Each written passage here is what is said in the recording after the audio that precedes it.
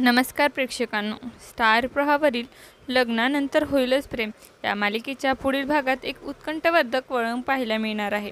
नंदिनी ऑफिसमध्ये काम करत असताना तिच्यावर एकतर्फी प्रेम करणारा दीपक खिडकीतून तिच्यावर लक्ष ठेवून असतो. तो स्वतःशीच बोलत असतो की आता माझा प्लॅन बदलला आहे. नंदिनीला मी रात्रीच संपवणार आहे.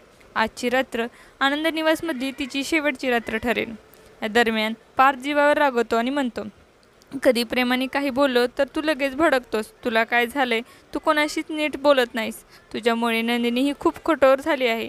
म्हणूनच तिने तुला विचारलं, तुला घटस्फोट हवा आहे का? या प्रसंगी जीवा गप्प राहतो. नंतर नंदिनी त्याला फोन करते, पण जीवा तिला खूपच रागाने झापतो.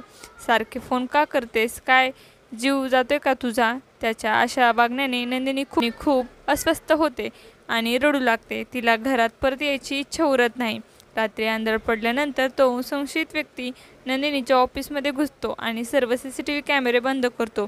पुढील भागात तो नंदिनीला खरोखरच काही इजा पोहोचणार का, हे पाहणं खूपच रंजक ठरणार आहे.